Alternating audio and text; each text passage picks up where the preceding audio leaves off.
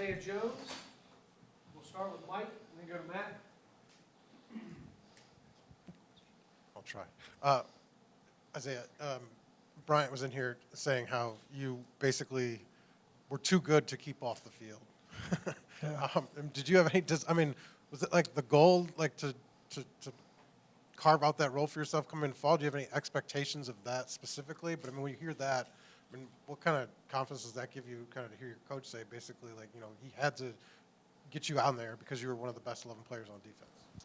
Yeah, I mean, for myself, obviously, each player's got their own goals, and but for me, obviously, what goes above those is what's best for the team, and so I just as long as we're winning games, I'm gonna be happy. Obviously, you might have a good game, you might have a bad game, but obviously knowing that he's got confidence in me, and pretty much our whole defense kind of lets us play free and lets us play like fast, and just for me on that kind of side of things, I think he puts me in a lot of positions that are advantageous, and then he talks about just winning one-on-ones, and I feel like I've been able to do that this year, and that's kind of what made it successful. But pretty much that. Stay to the left of Matt and then go to Zach. Coach Haines also said you've obviously played a lot more this year on defense. He said that you kind of had to earn the trust of Coach Signetti and some other people in the program. I know you guys were winning last year, but I'm guessing there was probably maybe some frustration at times just because maybe you weren't playing as much. Kind of how'd you fight through that? Was there anybody in the program, players, anybody that you kind of leaned on or that kind of helped you keep your head up when maybe you were kind of getting a little bit down because you weren't getting as many reps? Yeah, I mean, kind of like I said, obviously, I have my own aspirations and goals, but I mean, we were winning a lot of games last year, and I had a crucial role on special teams, and then going in when my number was called and just being able to play the best of my ability. Obviously, that's kind of part of the gig is obviously you got to earn your position coach trust, and then the head coach trust, and so I feel like being here a while now, I feel like I have that, and I feel like that's why you're seeing a lot of more playing time, and as long as I just feel like I just keep my head on straight and do what they coach me to do, it'll be all right. Stay to the left of Zach and then Daniel. I asked Aiden this too. Alabama has, in the Oklahoma game is kind of an example, been able to have success even when they have maybe struggled to do some things you forced opponents to sort of struggle with this year. Not run the football necessarily very well. I think Ty Simpson was sacked 4 times in the Oklahoma game. They still scored 34 points. What is it about the way they play offense that maybe at times they can be made one-dimensional and still have success, whether it's through Simpson, whether it's through, sort of his collection of skill players, whatever? Right. Obviously, we pride ourselves on stopping the run, and, we plan to do that. That was a big game plan for the Ohio State game. And, whether they're one-dimensional or not, I think, they have a lot of athletes on the outside. They have a lot of good receivers. And then, the quarterback, he can run, and that's something, that adds to, what you have to prepare for is, if you have a quarterback that can scramble, you might get home with pressure, but if he gets out, then there's another first down. So that's just something, it all goes into the game plan, being able to stop the quarterback run, stop their, receivers on the outside, and don't let them, get down the field. But it all starts, up front with our base plan of stopping the run and then trying to dictate the game from there.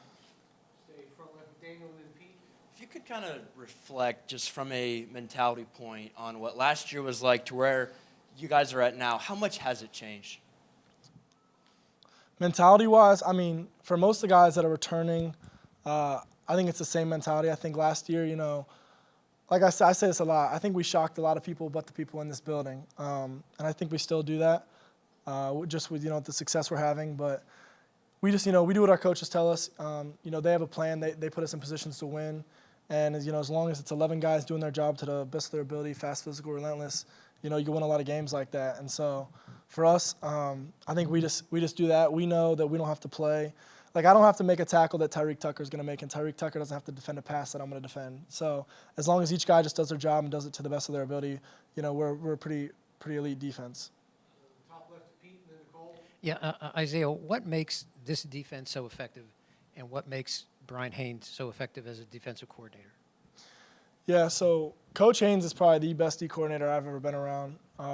Not saying I've been around a lot, but just the way he game plans, the way that that D staff game plans, it's very tailored to each opponent. It's not just a very vanilla defense. Each week there's different wrinkles, different schemes, and we try to exploit their weaknesses. A lot of people think that the offense gets to dictate terms on the defense, and the defense just has to react. But for us, we like to dictate terms to the offense. We don't we don't want to give a quarterback 5 seconds back there to throw the ball. We want to try to speed their clock up. And, if a team's really apt on running the ball, then we're going to get big and we're going to stop the run and kind of try to make them play with their opposite hand, And that's one thing we do really well. And, Coach Haines, it all starts with him. He comes up with some defensive schemes that you wouldn't even be able to draw up in your dreams. So it's a good scheme, and then I think the guys all buy into it. That's the other part. And the guys buy into it, and they play really hard. And that's just what makes it elite. Top middle to Nicole, and then Zach B. Kind of going off of that, Coach Haines talks about sometimes it's more important to just focus internally on what our defense does best versus how to scheme against them. Right. How do you see that then play out in a game, a balance of what is it you guys doing what you have to do to stop them versus you guys kind of dictating?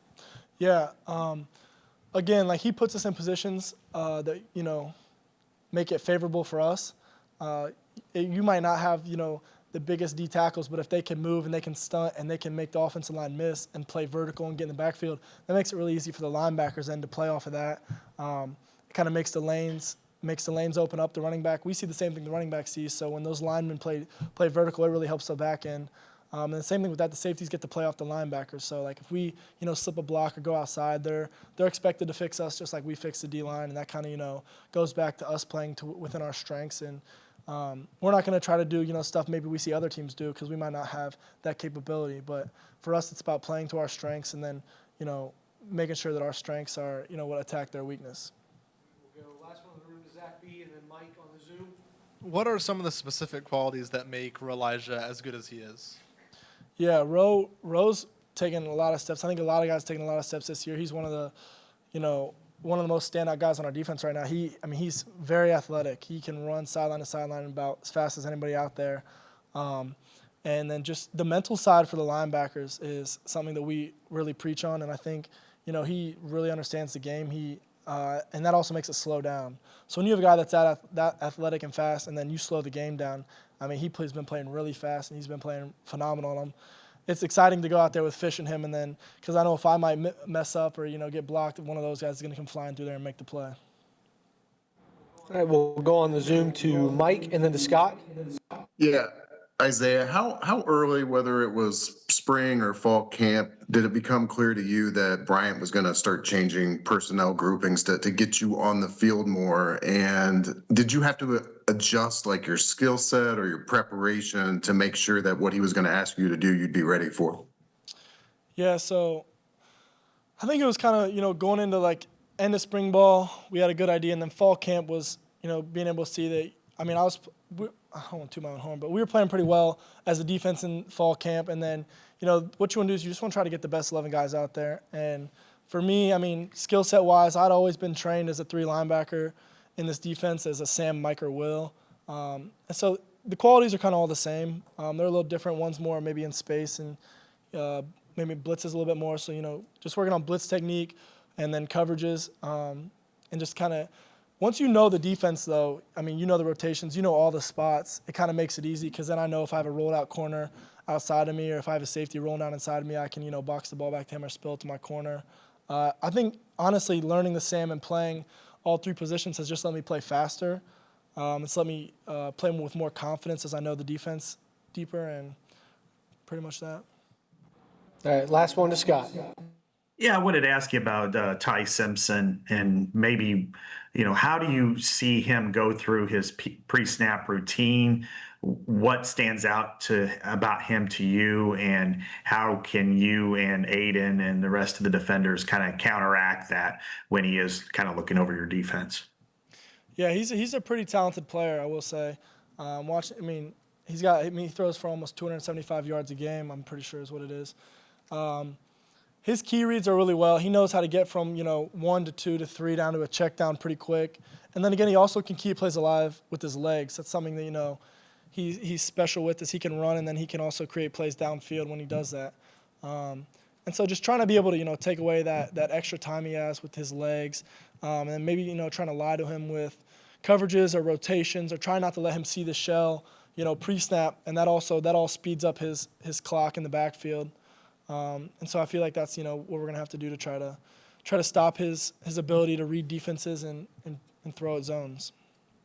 Thank you. Thanks, Isaiah. Yep, appreciate it.